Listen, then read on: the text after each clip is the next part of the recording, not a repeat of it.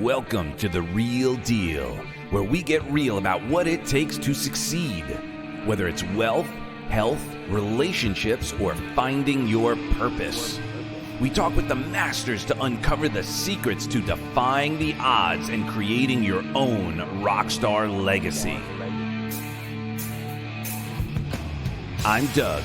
After working on multiple Grammy-winning records, years on the road as a national trainer with Tony Robbins, a published author, transformational speaker, and your personal translightenment coach, I'm committed to your transformation, enlightenment, and exponential growth. And now, The Real Deal on.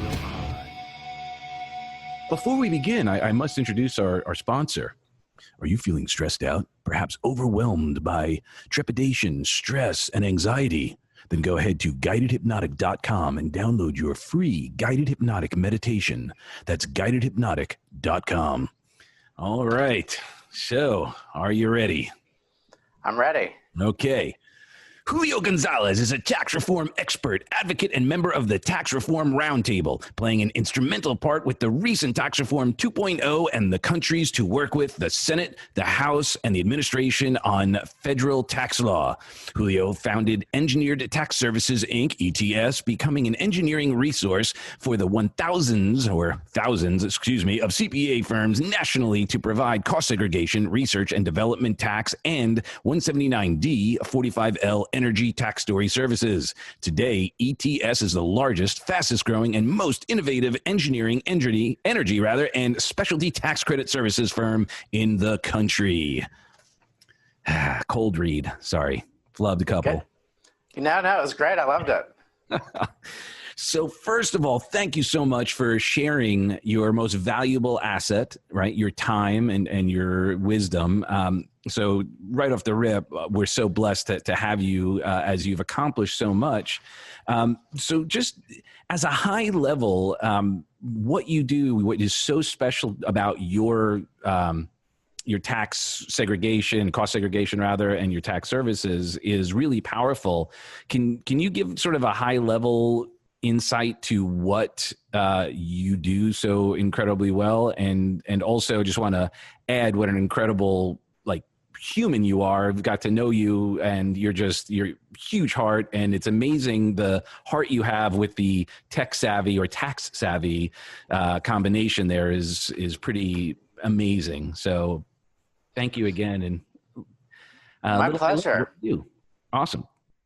My pleasure. Well, listen, thanks for having me on. I think that my goal, now listen, afraid to say this, right? So I started my tax career in the 80s, right? But does it look like I did? I don't know. Not at all, no. Okay.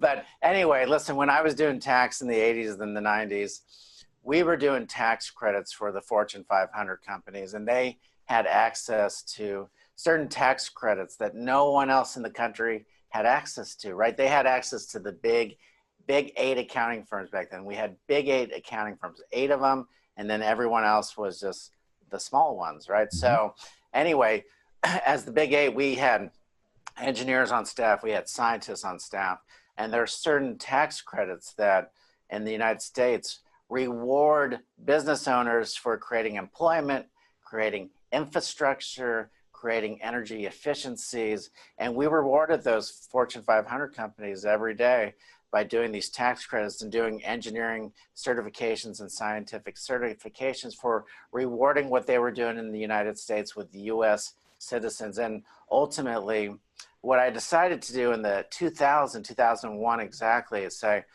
let's give these tax credits access to the small business community, because unfortunately back then, the CPA firms were not going to have engineering resources. They weren't going to have scientific resources, but they certainly had clients, that small business owners that were creating infrastructure, creating employment in the United States, but they weren't being rewarded, right? Because their CPA firms didn't have access to these tax credits. So that's what I set off to do.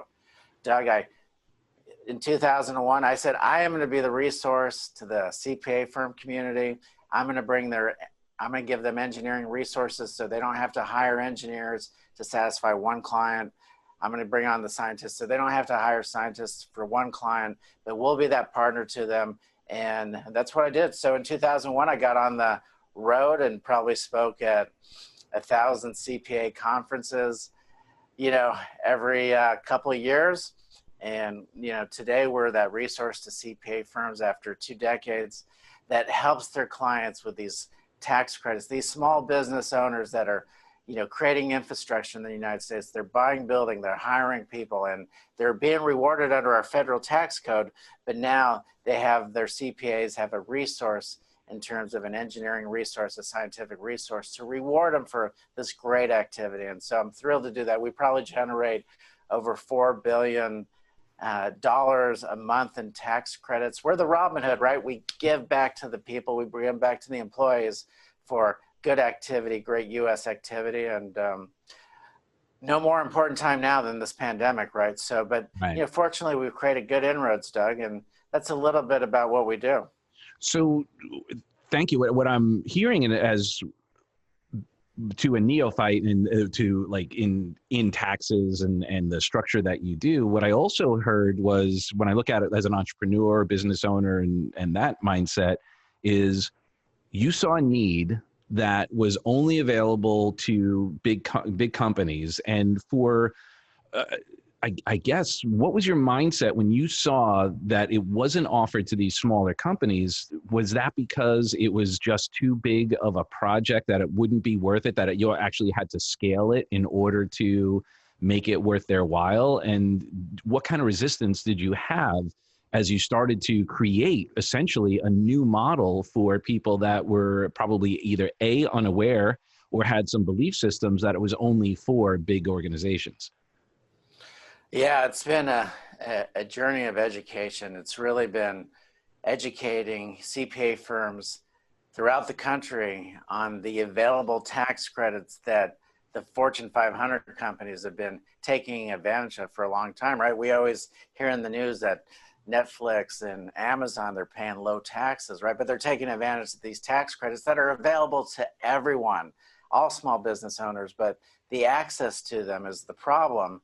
Because again, if a CPA firm has 3 clients that may have these tax benefits, it's not going to be it's going to be cost prohibitive for them to have engineers and scientists on staff. So that was really where I was trying to create the partnership where they could have that access and make sure that their 1 and 2 and 3 clients that they do have could take advantage of it, like all the big companies in the country. So look, we've made good inroads, but there's certainly a long way to go, because I would share with you that 90% of all small businesses probably don't take advantage of this because, their CPA firms probably just don't realize that there's these tax credits and that there's the resource out there. So kudos to you for giving us the ability to get that message out to the CPA community and to the small business community so that they're hearing about it. And hopefully during this time, that's helpful information, and hopefully they take advantage of the education. Absolutely, because I mean, ignorance is not bliss. Ignorance is pain. And if people aren't even aware of what opportunities are available, or worse, they have an idea, but their mindset, because of whatever education they've had around the cost segregation and all the other tax strategies that you have, that they may have believed they're only for bigger organizations. What a shame that is. So, and also, like, when I hear engineered tax services, do you feel like sometimes other CPAs or would not think you're competition, and they don't realize that you are actually a strategic partner? Well, yeah, I think so. Anytime you're talking to their client about, tax credits and tax benefits, the initial reaction is 2 things from the CPA community. One, is this a competitor? 2, did I screw up and not tell our client something, and did I miss something there? So we have to overcome those, objectives, those hurdles, right? But we educate the CPA firms that, one, these tax laws are, just really in their infancy. They're only in their 2nd decade. And also that, for many, many years, there just weren't the resources available to them. So, and obviously we're no competitor because we're a licensed engineering firm that's doing these tax benefits on behalf of their client. And really, we're in, we're out, we're paid on success, right? So that's the great thing about it. We're only paid if we win, and we Right. like that. And so we're really, once the CPA realizes that, we become best friends because we enjoy that partnership and we enjoy the relationship, and they enjoy having a partner like us. So it turns from adversary real quickly to, partnership.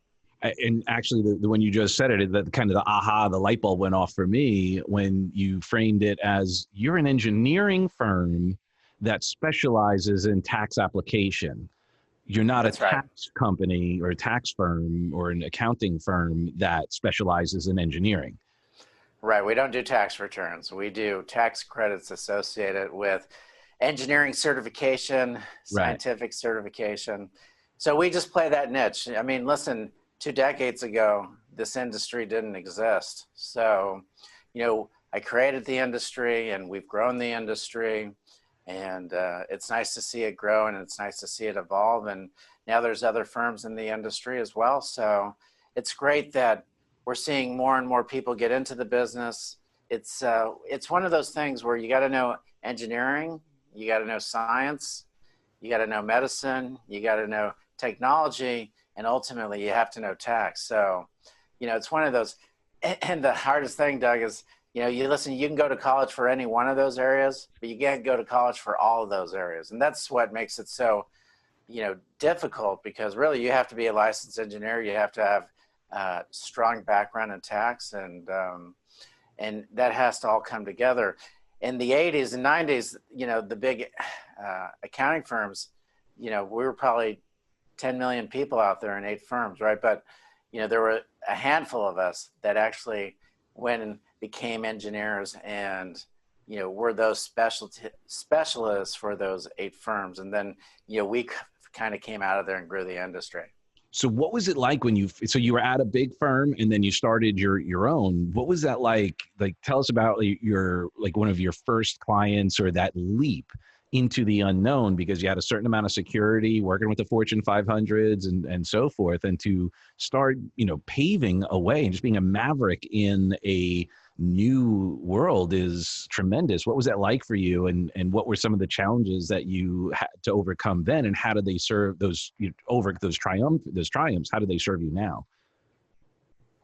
Well, you're an entrepreneur as well, and I think that you never forget your first client. Right. And that's a very special moment, because when you take that leap, right, and so I took that leap and I had saved $10,000, and I figured that, look, back then, 2001, right, $10,000 went a long way. So I figured I had about a 4-month runway, right? I could afford my rent, gas, the car, the insurance, some food, right? And so the goal was, okay, we're going to go down this path. I got to find a client in 4 months. And so look, you're just hoping, you're going out, you're traveling, you're educating, and you're hoping that that client comes. And then, it's always, you're at the end of the runway and you're like, oh, what do? Go back into accounting. I have that, so I can do that. But you just try to hold out. So you get pretty desperate. But fortunately, you plant enough seeds, and then that one seed takes place. And, I was fortunate to pick up a client right here in West Palm Beach, and he wrote me a check for $6,500, Doug. And I was like, all right, I got another 3 months. So, So I'll never forget getting that check. And no, go ahead. and then he said, well, let's do another project, and another project. And, it just kind of grew from there. So, it was one person back then, one check at a time. But I was grateful, and, never forget those moments. So you started out as the owner, operator, admin, salesperson, everything. And how did you start scaling and expanding? What was that journey like? And obviously now I believe you're nationwide, right? Yeah, nationwide. Well, it was really organic. So I got to the point where I was generating too much engineering to do the work. So I would go hire an engineer. And back then, right, 2001, it was friends and family, right? So I'm, grabbing my friends and cousins off the street, right, and saying, here's how you do this project. And then I was selling so much that, you know, I hired another salesperson to help me out, right? So you start saying, I can't do it all myself. I got to give up a salary. I got to give some commissions up to grow this. And it was really one block at a time. I mean, you know, some people, it wasn't like Amazon where it took off overnight and boom, you're $1 billion company. It was really slow and gradual. It was, you know, 100,000 a year, and then 200,000, and then $1 million a year, and then, you know, above and beyond that. But it was, for us, it's been a slow organic growth, but now we're at that stage where you can go a little quicker, right? Because now you start accumulating the capital and the necessary things to, you know, do things more than organically, right? And make some acquisitions and make some strategic moves. But for us, it's been a fun journey. And how has technology impacted the way you do things or the opportunities? Like, has technology created not only more opportunities to be more effective and, you know, have that increase, but also has it created new tax strategies because of technology changes? You know, Doug, I'm sure like most entrepreneurs, you know, especially when you start at your company, you wake up every day in fear, right? You wake up every day knowing that you came from a place of, you know, less than zero, right? And you know that you're always scared to go back to less than zero. I think that's what motivates entrepreneurs every day, is to work as hard as possible to, you know, get into the, oh, we got some screen change going on there. Well, you know, there we go, technology, right, Doug? How do you like that? Speaking of which, love it. I went from Florida to, listen, I just traveled around the world real quickly. Yeah. But listen, you know, and we're still traveling, huh? Still traveling on its own. All right, well, listen, hopefully, Doug, we're going to fix this technology. But listen, I think the thing is here is that, sorry, Doug? No, I'm listening. Yeah. Okay. That, you know, the technology really came into play with more than ever with the pandemic, right? Because when we do tax work, we're required to go on site, Doug, and we're required to do inspections of the properties. And, you know, all of a sudden you got a pandemic. People don't want to have you come on to their properties. Our engineers don't want to get on a plane. And so we're like, oh my goodness. I mean, like, you know, here we are in March thinking, what do we do? Because we've got thousands of properties to go see. We've got thousands of companies to go visit. And now, how do we solve this? And so, you know, we went and kind of trademarked teleengineering.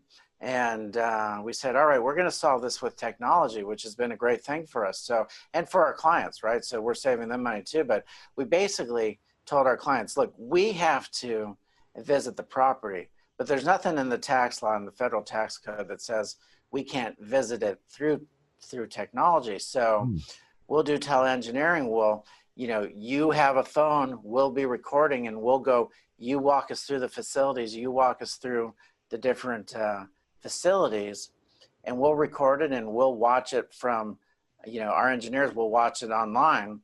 And that way we don't have to come to your building, and we don't have to worry about getting our engineers sick, and ultimately it's going to save your money. And we worked hard with Treasury to make sure that that was going to pass, you know, the IRS inspection, and certainly they were good with it.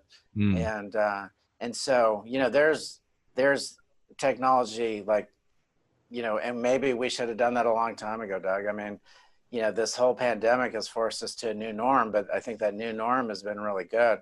And so, you know, proud of that. I mean, but listen, you know, I never stopped waking up, Doug, and thinking that, could I be tomorrow's taxi cab driver? Could I be tomorrow's Blockbuster? You know, could I be tomorrow's Sears?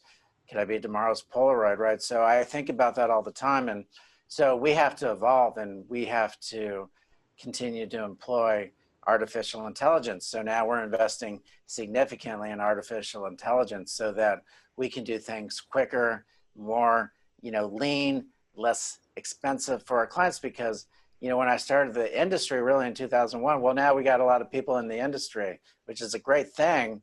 But as it matures, the prices come down, right? Because you have more people out there providing the service. So you have to use technology. You have to use artificial intelligence to, get your margins back in place, right? And do things better. And you have to have technology to survive these pandemics. And, look, I have 18 people that all they did is go to CPA conventions all day long. So we then had to start using technology to start being in front of our clients and going to online conferences, right? So technology is so critical. And we think about it every day. We have a technology committee, and we talk monthly about, the frontier and what that looks like for us and how we should be adjusting. Love it. One thing that I really do appreciate about you is that humility and that groundedness about I could wake up tomorrow and it could be all gone. I got to stay ahead. And that you basically, you are the classic hero's journey. You started with basically nothing and created such incredible opportunities, and the people you employ and the companies that you help is tremendous. And you're doing it by staying as on the current edge or, ahead of the edge on all areas. Like you have that high beam look, and you're willing to keep that going. Like, okay, what's next? How can we, circumvent whatever new challenges? And you were in many ways already prepared for the pandemic in some sense, that you had already learned how to have remote working. Your teams were remotely, and now you're able to use technology even more to enhance it. And I just want to touch on one thing as well that I really admire about you is how much you value your human capital, like your staff, and how great you honor them and treat them. And really, it was so refreshing when we first met to hear what your belief was around them, and how much you cared for them and wanted to be sure that they were that they knew how valuable they were. Could you share a little bit about your mindset around your team and your business and how you support them? Well, Doug, coming from a big corporation background where you're competing against thousands of peers every year, and it's really an up or out program. And so, it's a culture where it's, every day you're just on edge. You just don't know what tomorrow brings. You don't know if, when you're competing with 1,000 people. I mean, certainly it wasn't a culture of appreciation. It was a culture of, outwork and out hustle your peers. And so, that was, it was, I was young, so, I enjoyed it because I was, working harder than my peers. But at the same time, you just always felt the stress of making sure that you beat the partner in, making sure that you stayed later than them. I mean, it was that real, and it was that real every day, and making sure that you showed up on Saturday and maybe 4 hours on Sunday, just so you were seen in the office and, outbilling everyone. And so, you come from that environment and you're like, I just don't want to go through that. I don't want to have an environment like that. I didn't enjoy it. I was able to succeed in it, but, that's just not a fun life for people. And so I think you kind of start with what you didn't like, and then realize that, the team is so vital, right? And when you're not happy at work, it's my bet that your clients aren't going to be happy, right? If your employees aren't happy, your clients aren't going to be happy. And that's a lesson you got to learn, right? And I think what's great about what you're doing, Doug, is, giving us entrepreneurs kind of a group that we can kind of share ideas and learn from each other. Because when you're out there on your own as an owner, you don't have that group, right? You don't have that peer group. So it's nice that you give us that forum and that platform so we can learn from each other. I appreciate that. And we're going to expand on that. I think oftentimes there's a mindset. I think you're unique as well, is that I think you genuinely do see opportunities and you see collaborators, not competitors, and find ways to be sure that everyone is getting the best end of the deal, as it were, that everyone's winning. Was that kind of the motivation why you started your firm in the first place? Like, were you just unhappy in the corporate world and said, I could make something that's going to be more ecological, more successful, and better for everyone all around? What happened was the impetus for this was that I had a death in the family, and they indicated to me, it happened in December, and they indicated to me that I had no vacation time, and that I wasn't going to be able to go to the funeral and deal with all those things. No. And I was the number one of my peers. I was the number one person in terms of billing, and I just thought to myself, that's crazy. I understand that we get 2 weeks vacation, but this is an extraordinary circumstance, and I've certainly outbilled my peers. But the rules were the rules, and they said that if you went, that you basically would be leaving your job, and then that would be a black mark for you, because then the other big firms would see that. Right. And so you were like, so I just felt that wasn't the right thing to do, and it was a tough decision because it forced me to go to plan B, which is, okay, I've kind of abandoned the ship, I guess. They said I did, and that wasn't going to pave the way for me to get a good interview. So you go to plan B, and you just hope that plan B works out, because you certainly, at that point, I just figured I was more valuable than that, and I felt like I brought tremendous value to the firm, and I realized at the end of the day, even those extra few days was not an option. I wasn't that valuable to them. Right. Wow. So how were you entrepreneurial before leaving? Like, how did you change? Because it's a different mindset, like being a 9-to-5er versus an entrepreneur, and having to be the self-starter and all of that. How did you adopt? Was it a natural progression for you, or did you notice some other patterns like, oh, I got to change that mindset?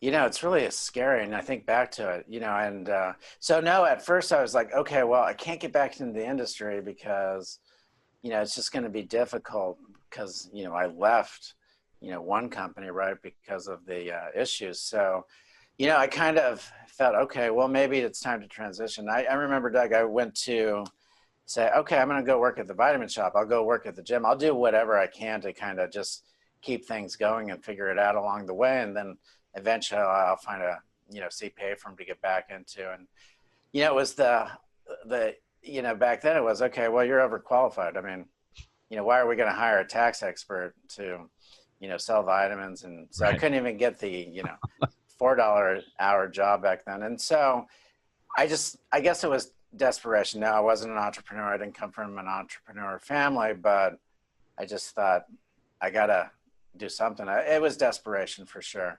And, but I knew I had the expertise, right. And I figured, why not give it a shot? And so, I guess just luck, really. Well, clearly you had more than luck on your side, because you had some incredible work ethic. You had already top earner and top biller where you were, so you knew how to get things done. Yeah. So what were some of the lessons or distinctions you made early on that helped propel you to the point you are now? Do you remember any aha moments or distinctions like, oh, okay, I see how this is going to be a valuable effort? Well, it's just, back then we didn't, in again, 2001, right? The internet wasn't that tremendous resource that it is today. Mm. So, when I was driving to these conferences, driving to these CPA programs, I realized that, the feedback I was getting was that this could be viable. But getting from viable to actually getting a product and a work, when the CPA firms are, trying to figure out what this tax law is that they're not aware of. And, again, back then doing tax law research is a little different than it is today. So, but the aha moments were, just having those conversations with people and realizing that there's something here if I stay at it and work hard at it. So a lot of it was just the persistence and determination to succeed. Doug, back then, my goal every day was to dial 100 CPA firms.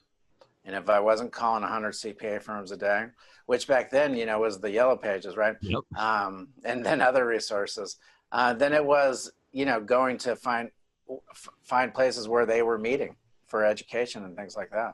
Wow. And I think it's really instructive because I think sometimes people, they may see you and your firm's success. And at this stage, you know, you've created such an incredible momentum and connections and resources that, you know, you make it look easy.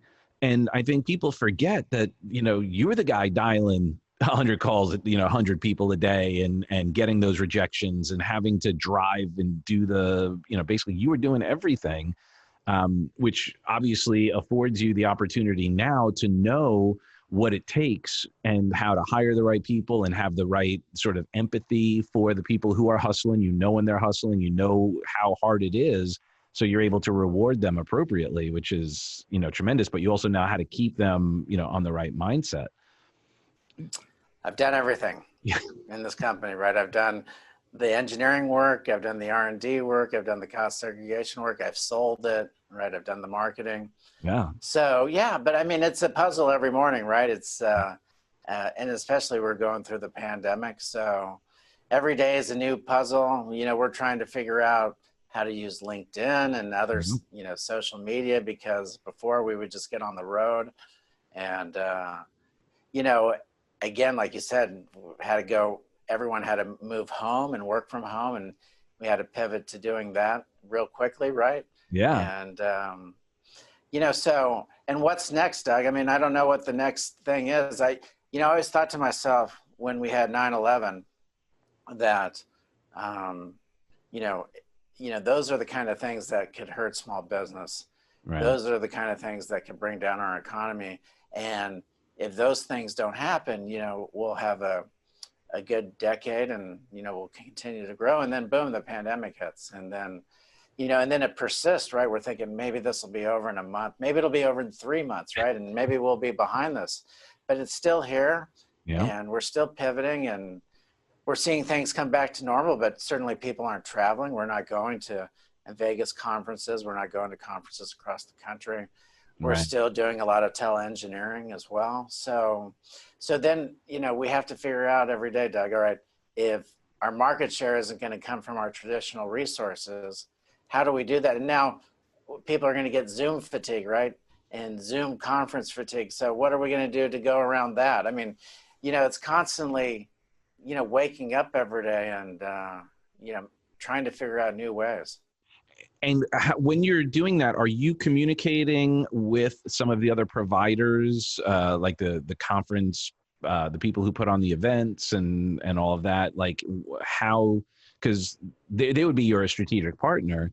What have you noticed what they're saying as far as doing events? Are they looking at maybe doing smaller events regionally, or like what is the area of opportunity do you see for that? Because yeah, the marketing is everything. And if that was a strategy, I mean, there's businesses revolving around that strategy as well. So they are looking for new ways.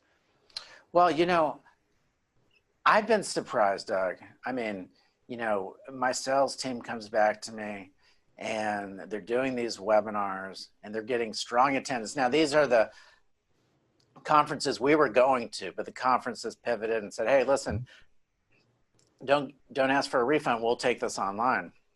And I was thinking to myself, how well would that work? And how long well will that work? Right. But my sales team has been having so much success, more success than even when they were live, you know, going there. Great. And they're not seeing the drop off. They're not seeing the fatigue. They're having tremendous success. And I'm so thankful. I'm so surprised. You know, I don't know how long that'll last. I don't know how long the new norm would last. And, you know, and then you're worried, Doug, is every business going to, you know, close and need tax credits, right? Because Right.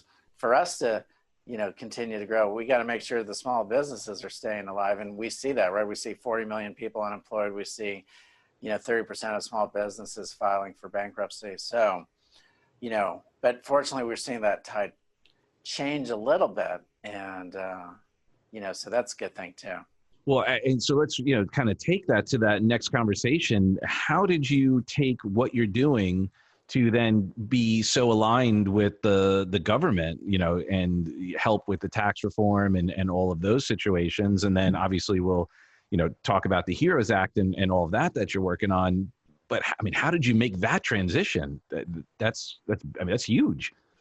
Well, when you're in business, this, Doug, right? The government's your partner, right? And because we pay taxes to them. And so you want that partnership to be a good one. And, fortunate to have some expertise in tax and have the people in DC acknowledge that and ask me to help out on, tax reform and tax law. And so, I've been spending a lot of time, not so much lately, but a lot of my time in DC, but now, over the phone and, through technology, but working with Congress, working with administration, working with Treasury on tax law to help the country. We thought it was important, Doug, that, the tax rate for small businesses in 2000, well, for the decades leading up to 2017 was 35%. And in tax reform, we dropped it to 21%. Now, I know a lot of people, 50% of the people in the world are going to like it and 50% of the people are not going to like it. But, paying it didn't like it, and the ones who were paying it did. Yeah, right. But here's what I tell everyone, and I think this is a simple explanation.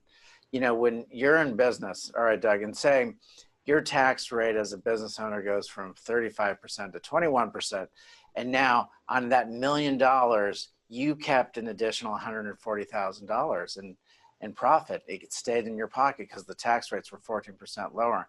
So, half the people are going to say, wow, that Doug just benefited from that, not the country, right?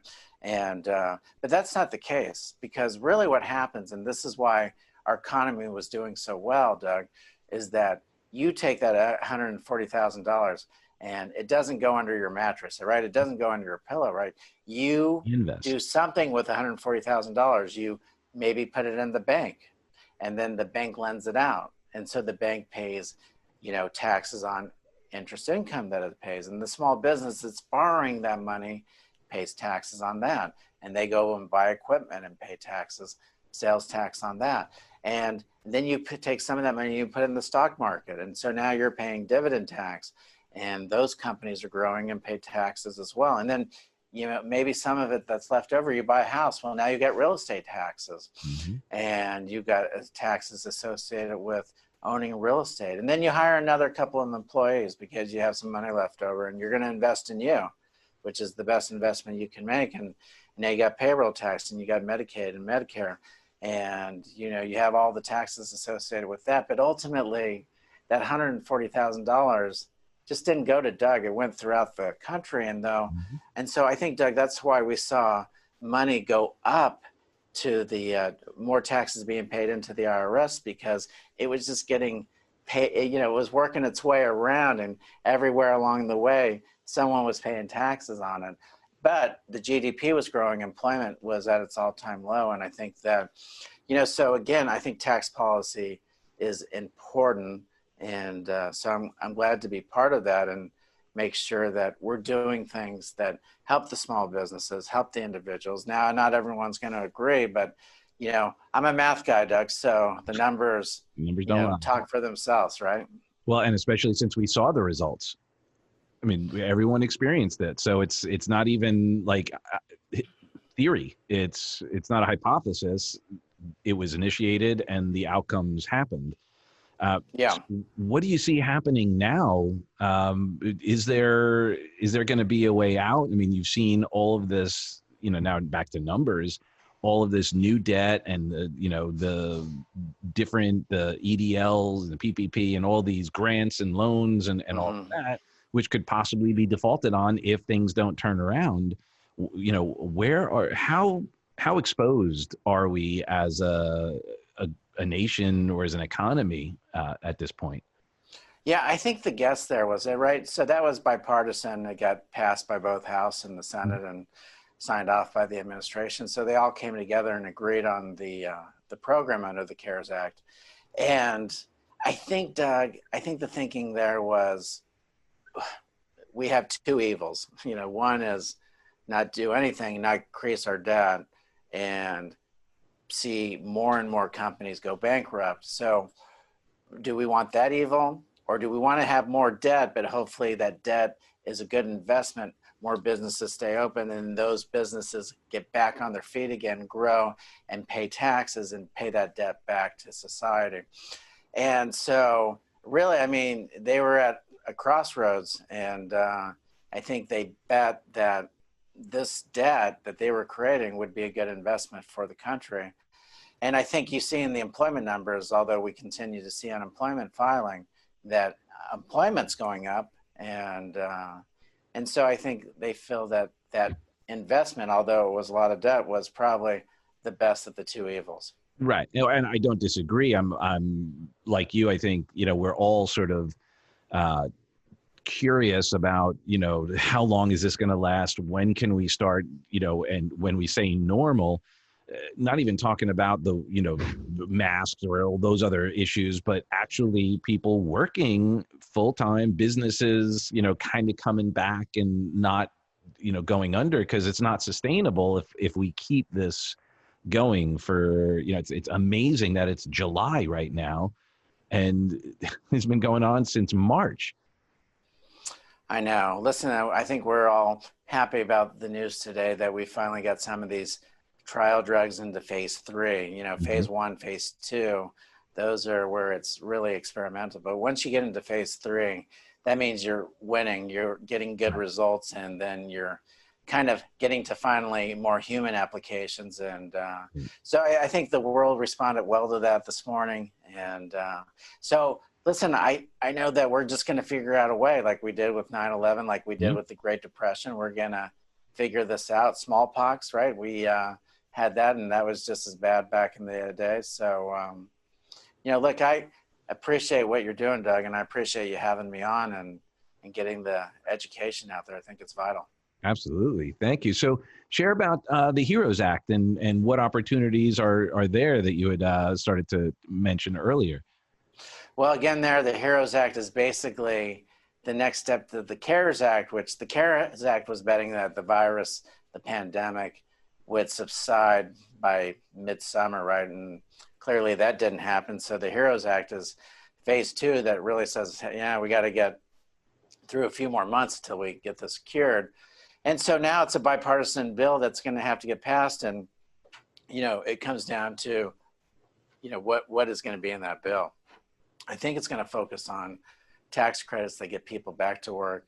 I think it's going to focus on tax credits that reward people to start traveling again. You're talking about an $8,000 family tax credit that, is used to travel and spend money on hotels and restaurants, outside of 100 miles of where you live. So, look, I think those are the kind of things that you're going to see, things that they think that will be good investments to spur activity in the industries like the airlines, the hotel industry, the restaurant industries that have been so heavily hit, give some protection to real estate owners that aren't getting payments, rents aren't getting paid, and do some programs there. So I think it's going to focus on the hardest hit areas. It's going to focus on maybe one more stimulus check to the people.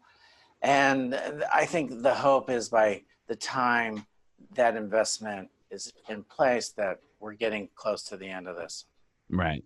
I hope so.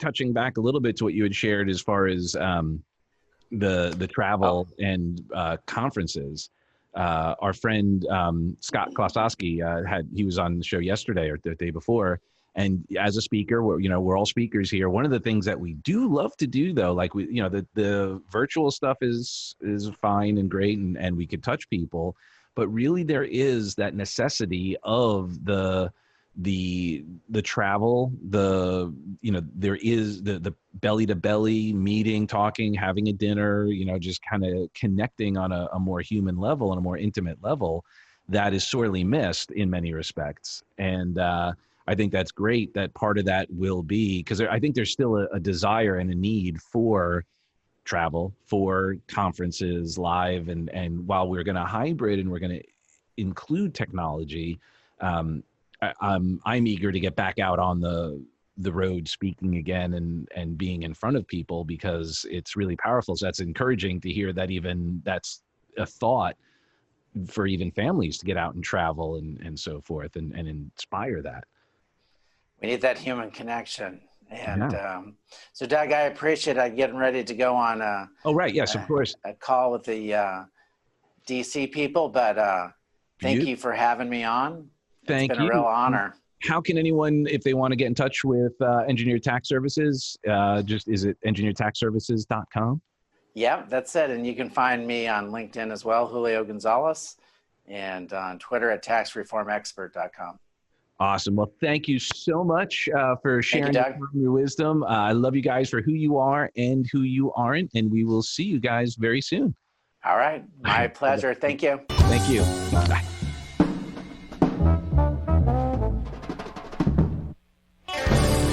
Thank you so much for stopping by and hanging with us. And remember to subscribe wherever you listen to your podcasts right here. And we look forward to serving you even more. Remember, download your free guided hypnotic meditation at guidedhypnotic.com. That's guidedhypnotic.com, where you'll get your free anxiety-busting meditation. We look forward to serving you, and if you have any questions, comments, please feel free to reach out. All right, we love you for who you are and who you aren't. God bless.